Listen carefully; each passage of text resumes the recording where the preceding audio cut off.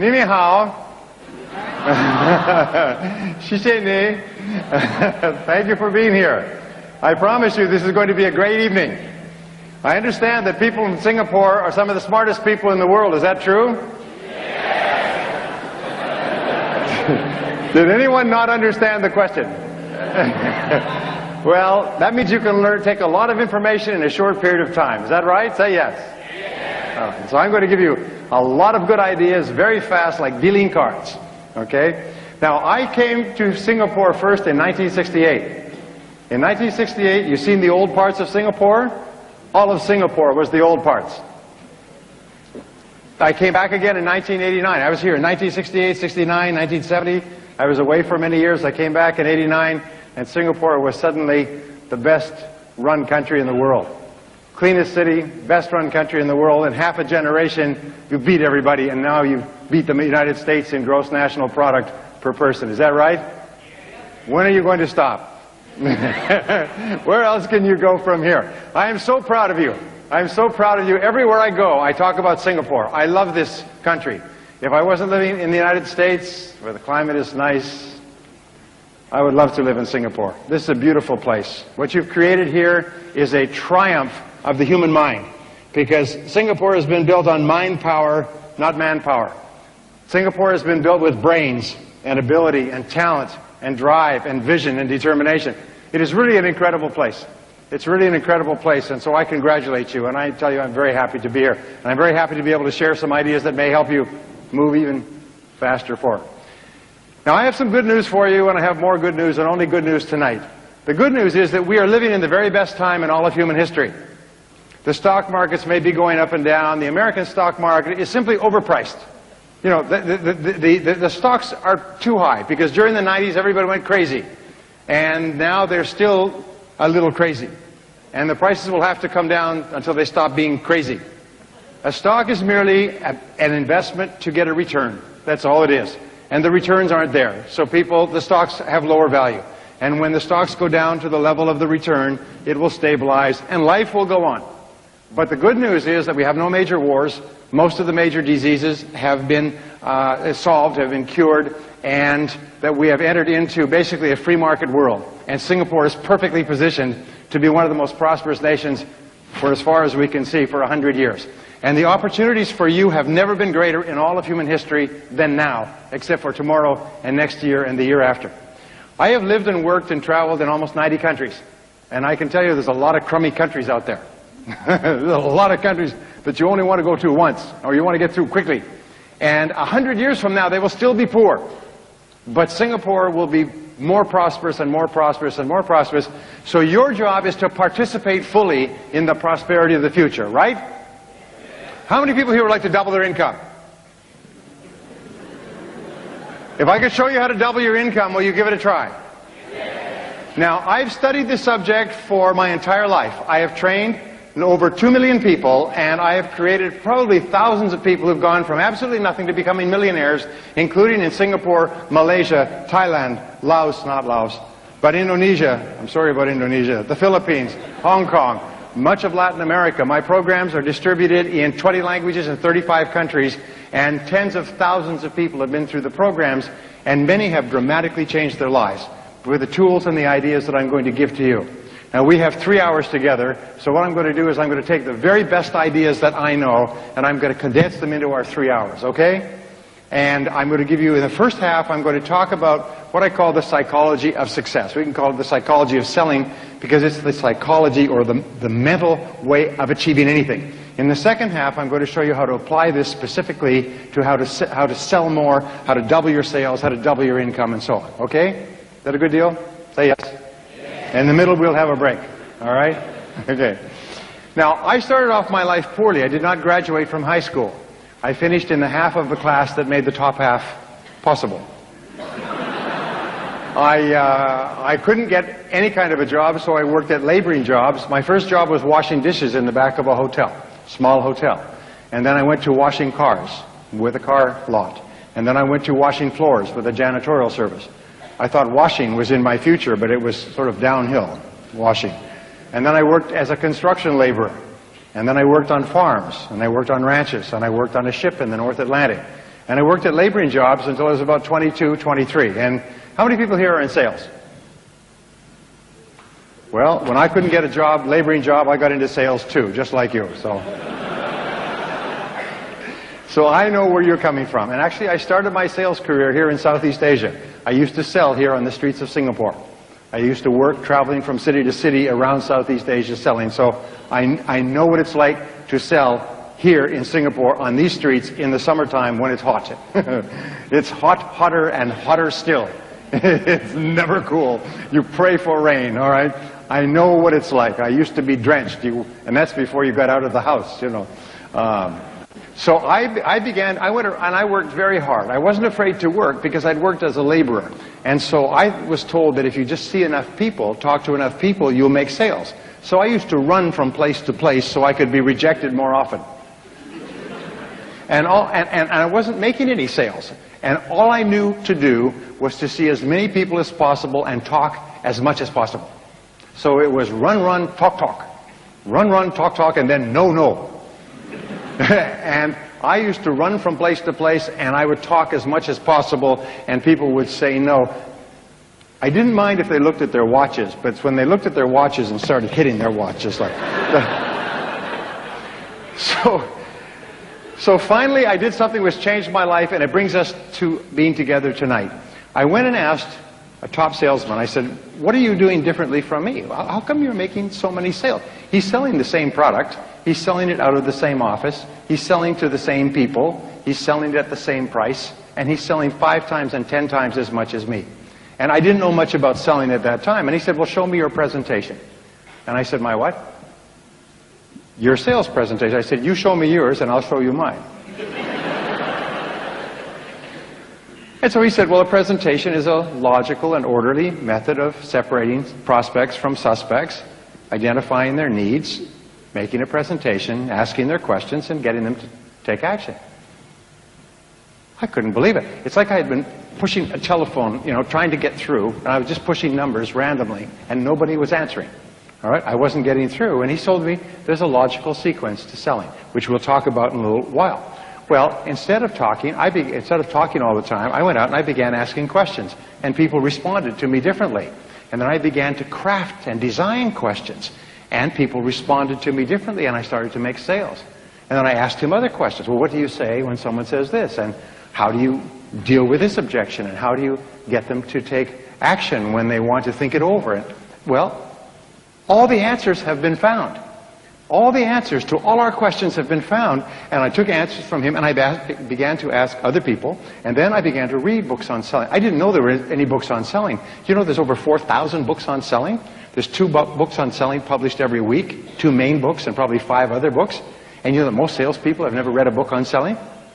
I couldn't believe it. I went down to the bookstore, and there were books on selling. So I began to buy them, and I would get up every morning, and I would read for an hour in selling, and I'd take notes, and I'd think of how I could use this, and I'd go out and I'd try it out that day.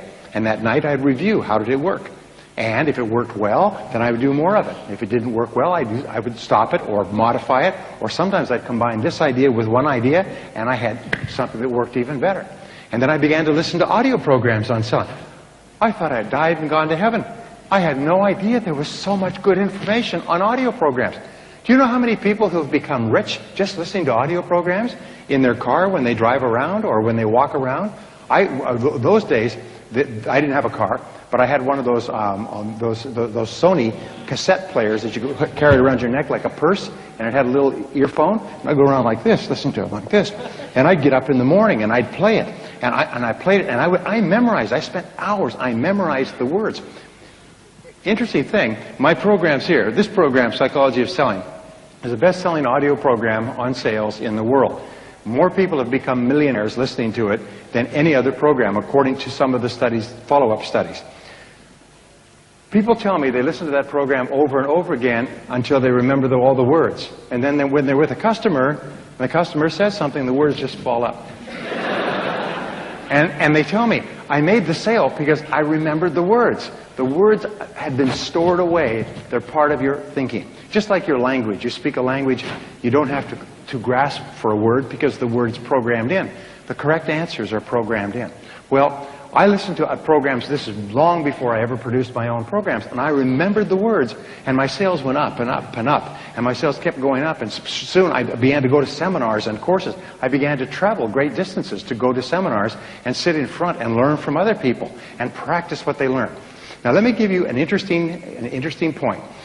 Successful people have been studied at great length for many years, and their behaviors have been observed. What do successful people do that's different from other people? One of the things that we find is that successful people, all of them, are very action-oriented. In other words, if they get an idea, they move quickly on it. If they learn something new, they try it out. Now people say, well, what if it doesn't work? Well, if it doesn't work, find out quickly. There's a rule, just try quickly and fail fast. Because the only two things can happen if you take action on a new idea. What are they? What are the two things? It's not a trick question. I'll tell you if it's a trick question. It's not a trick question. Well, it can work, and if it works, it tells you do more of that. Or if it doesn't work, it gives you feedback, and you either stop doing it or you modify it until it does work. But the wonderful thing is that you can't lose by trying something new. So if you were to take successful people, and there's many studies that have been done on this, if you could only look at them through a window, and look at a group of people, look through the window, you could tell who the successful people are because they're always in motion. They're always trying more things. They're always active. Unsuccessful people are always waiting for everything to be just right. It's like waiting for a bus on a street where no buses go. They're still waiting. Where's the bus? The bus never comes. Successful people are always taking action. So if all you do is just take more action, just get busier, you'll be more successful. By the way, I'm not going to talk about it today, but does everybody here want to be lucky? Would you like to be lucky? Say yes. Okay. You know, that's a very, very important part of Chinese culture is luck, good fortune. Isn't that true? That's why we like jade. Why do we like jade? Because jade signifies luck. Okay. Now, I studied this for many years, and what I found is that it's not luck, it's what we call the law of probabilities. The law of probabilities says that if you flip a coin, the probabilities are 50% it will come down heads or tails, okay? The law of probability says that if you drive home, there's a certain probability that everything will happen. If you drive home, there's a very high probability you'll be safe, but there's a small probability you'll have an accident. In life, when you get married, there's a probability you'll be successful and happy, there's a probability that you won't. All life insurance, all insurance is based on probabilities. It's based on statistics, okay? So, how do you make your own luck? The way you make your own luck is you try more things. It's very simple. It's like life is a great game of darts, okay? Now, if you only throw one dart at the board, your chances of hitting a bullseye are very, very small because of the law of probabilities. But if you throw dart after dart after dart after dart after dart at the board, what must you eventually do? First of all, even if you're an idiot, you'll eventually hit the board. And if you keep throwing darts, and you keep throwing darts one after another, even if you're an idiot, you will sooner or later hit a bullseye. Isn't that true? So you look at successful people, and one of the things we find about successful people is that they're just average people who try more things. They just try more things. They're more active. They make more calls. In selling, we make more calls. And in life, we just try more things. Now, here's an interesting thing. If you throw darts, how many times will you miss the bullseye? Most of the time. Most of the things you try won't work. The fact is that successful people fail far more than unsuccessful people. In other words, if you throw lots of darts, you're going to miss most of the time. But you don't focus on the misses. As a matter of fact, here's a rule.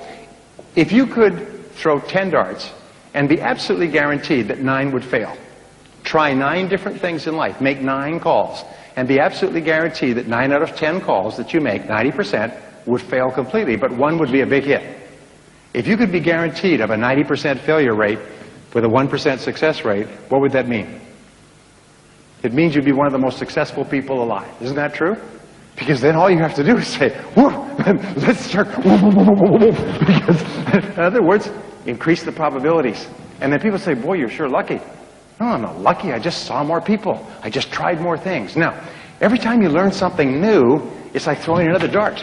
Every time you read a book, listen to a tape, come to a course like this, it's like adding more darts to your bag, so you have more darts to throw. And so an average person who's got more darts to throw will be more successful than a genius who's got very few darts to throw. So it's really important. Well, and I'm getting off the track, but you can make your own luck by simply throwing more darts, by trying more things, by doing what you're doing tonight, by coming here. And my job is to give you a whole bunch of darts, okay? Because the law is that if you try enough things, you will be a big success. If you try enough things, because human beings are learning organisms. In other words, we're always learning from our experiences. We're learning at a conscious level and even at an unconscious level. But you cannot help but learn. You're just learning all the time. So even if you're trying things and you're failing, you're still learning at a very fast rate. In fact, you learn more and faster from failure than from anything else. Nobody really learns much from success. But from failure, you get real smart. Like burning your hand. you learn very fast. Okay, there's a story I have to tell you. It's up in Montana, in California, in the United States. In Montana, they raise a lot of sheep in Montana. And this fellow has a sheep ranch that he got from his father. And the city starts to expand out, and they buy out his sheep ranch to build houses. So he sells the land, and he makes a big profit. And he decides that he'll go down to Los Angeles, which is a long way. It's like going from here to Bangkok. He'll go down to Los Angeles. He'll go to the big city. He's never been to the big city before in his whole life, but he wants to go to the big city and see it now that he has all this money. He's always been on this farm raising sheep. Well, he buys a plane ticket, gets onto the plane, he's sitting there, and he's sitting next to a businessman. The businessman's working away. He's got a computer working away, and he feels a little bit awkward because he's just a farm boy. And this businessman's working away, and he's kind of crossing his legs like this, and he crosses his legs, and he notices there's 2 sheep turds in his cuff. And he goes, and he reaches down, and he picks them up. He's got them in his hand like this, and he doesn't know what to do. He feels kind of embarrassed, and he's looking around, and the businessman says, "What do you got?" He says, "What?" He said, "What do you got in your hand?" He said, "Nothing." He said, "Come on, what do you got?" He said, "Well, these are, they're pills." He said, "Well, what kind of pills are they?" He said, "Well, they're smarten up pills."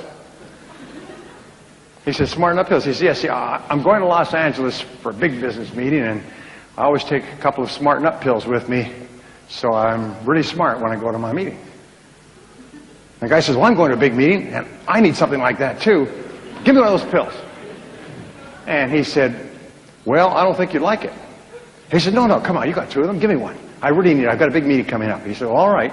So he gives him one, about this big. The guy takes it and goes, he said, "That tastes like a sheep turd." He said, "See, you're getting smarter already." Well, our goal today is for you to get smarter throughout the day. Anyway, so I began asking these questions. Why are some people more successful than others? And let me make sure we get this. Okay. And what I learned was the law of cause and effect. Now, the law of cause and effect is the great law of life. It basically says that there's a reason for everything. Everything happens for a reason. That success is not an accident. Failure is not an accident. If you want to be successful, happy, financially independent, if you want to achieve all your goals, it's not luck. It's not an accident. What you do is you find someone else who at one time did not have the effect that you want. You decide what you want. You find someone else who didn't have it, and you find out what they did to get it, and you do it over and over again until you get the same result. And it's not an accident. Well, when I learned this, it changed my life. You mean if I do what other successful people do, I'll get the same results that other successful people get? The answer is yes. You mean if I find out what top salespeople do, and I do the same thing until I master it, I'll get the same results as top salespeople? I'll make the same money? I'll have the same cars? Yes. So I went out and I did it, and it worked. I couldn't believe it. And I'm not as good a salesperson as many people here. Many people here are better salespeople than me, but I learned the cause and effect relationships. I learned that selling is like cooking. There's recipes for selling. There's formulas. And if you follow them, and by the way, they spent $20–30 million in the last few years videotaping 55,000 sales calls and watching the calls and reviewing the videotapes and having people sit in the back taking notes. And they interviewed the salespeople before the sales call and afterwards, and they interviewed the customers before the sales call and afterwards. And if the customer decided to buy, they asked them, and they played the video, at what point did you decide to buy? If the customer decided not to buy, they asked, why did you decide not to buy? And they did this with 55,000 calls, and they began to draw cross correlations, and they found that every sale follows an exact process. And it follows an exact process in the customer's mind. and that if you sell the way the customers buy, you'll sell 5 and 10 times as much as you sell today. The reason that we don't sell is because we sell differently from the way the customer buys. It's the same as if I was to speak to you in German, or you were to speak to me in Chinese. I mean, it would be like using a different language that we don't understand. So what I found was that if you do what other successful salespeople do, based on the exhaustive research, your sales go up. And I tried it, and sales went up. And you could take people, I took people off the street who'd never sold anything in their lives, and I said, here's the system. And these are sometimes the very best salespeople of all, because they don't have any ideas or fixed ideas. So I said, just do it this way. Say these words, do it this way, say these words, do it this way. And they did, and their sales went like that. And they went past people who'd been selling for 5 and 10 years. I cannot tell you how many young people, guys out of school, women out of school, just starting in sales, never sold before, began to use these methods and became superstars in their fields. Because they didn't have any old ideas about the way things were supposed to be done. They just said, okay, they just did it that way. And their sales, and people said, well, you're just lucky. You're just lucky. You just got into it at the right time. I had a woman in my course who was really neat. She came to me a year and a half later. She came back to the seminar I was at. She said, you're not going to believe it. I was in your seminar 18 months ago, and I had just started in real estate, and you said to set goals for how much you want to earn. So I set a goal to make $100,000 in the next year.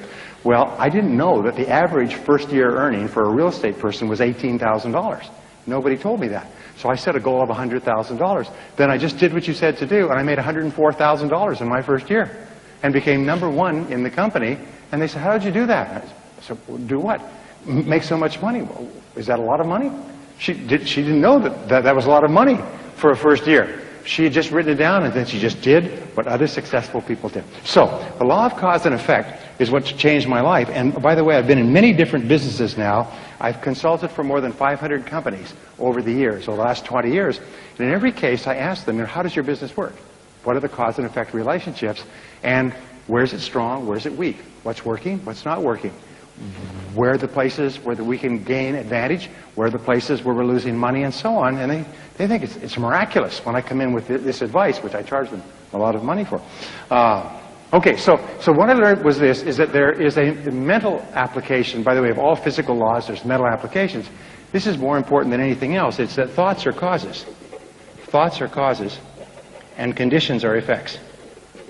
Thoughts are causes. Oops. Thoughts are causes, and conditions are effects. That means your thoughts create the effects of your life. Is that your thought is creative. You're almost like a magician in your own life. You create your world by the way you think. And the interesting thing is, it's not the way you thought yesterday or the way you might think tomorrow. It's the way you think at this minute, at this moment. It's the way you think in the now that determines your life. And your thoughts are constantly creating your world on a forward basis. The wonderful thing about our society, a free society like Singapore, is that at any given time you can draw a line under the past and you can say, that was the past, but this is how I'm going to think in the future. And your whole life, just like turning the wheel of a car, goes in a different direction. If you change your thinking, you change your life. And when I learned this, you mean your outer world merely reflects your thoughts? Your outer world is merely an image of your inner world? Is that you keep attracting into your life people and circumstances in harmony with your thinking? Is that everything you have in your life you've created by the way you think? And that if you don't like anything, you can change the way you think and attract something different? Yes, all of that's possible. And once you learn that, you realize there's only one thing in the universe over which you have complete control. What is that? You only control one thing in the world. What is it? You can control your thinking. You can't control other things. You can't control the traffic, and you certainly can't control the weather, but you can control your thinking. And that's enough. Because if you will control your thinking, you control the whole world. Singapore is a tribute to human thinking. Singapore is merely an external expression of the very best thinking that has gone into building this country. This country is based on mind power. It's the most amazing thing. Look at these beautiful hotels and convention centers and office buildings. I mean, these are mental. These were mental before they were physical. Are you with me so far? It's really important to understand that. It's kind of an overwhelming thought. I had a hard time with it when I was in my early 20s. You mean my life, which was not that great, has been created by myself? Yes, it's been created by myself. So I said, well then, I'm going to start to get my thinking in harmony with what I want, rather than keep thinking the old crummy thoughts. All right, so thoughts are causes, conditions are effects. Now what this means And it brings us to the great law, which is the foundation of all religion and all philosophy, is that you become what you think about most of the time. You become what you think about most of the time. This is the underlying principle of all religions, all philosophy, all psychology, all success, all metaphysics. Everything is you become what you think about most of the time. So the question is, what do you think about most of the time? By the way, this law is always true, except there are a couple of exceptions. If there weren't exceptions, then every young man would turn into a young woman by the age of 20.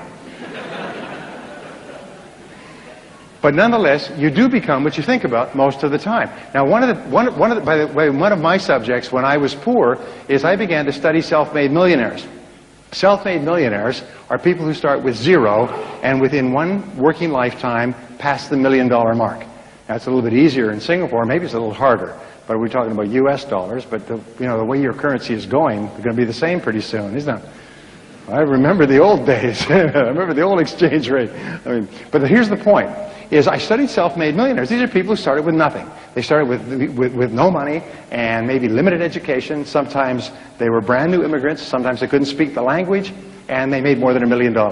So tens of thousands of them have been studied over the years to find out what they do differently. And wouldn't that be a good thing to know, by the way? Say yes. I mean, if you want to be a self-made millionaire, I can promise you this. If you don't know how they think, you can't make it. In other words, if you want to go somewhere but you don't have a map, you can't get there. So I began to study them, and I found, what do you think self-made millionaires think about most of the time? They think about becoming financially independent. Because financial independence to them is very important. They want to reach the point where they don't have to worry about money. After that, they will spend. What do you think poor people think about all the time? They think about how little money they have and think about spending everything they have. And everything they can borrow or put on credit cards. So self-made millionaires are always thinking in terms of financial independence. Poor people are always thinking about how poor they are. Now, if you want to become a self-made millionaire, starting point is begin thinking about financial independence. And I'll talk about this in just a second. So, go back to my question. What is it that successful people think about most of the time? Come on, this is real simple, but it's really important. What is it they think about most of the time?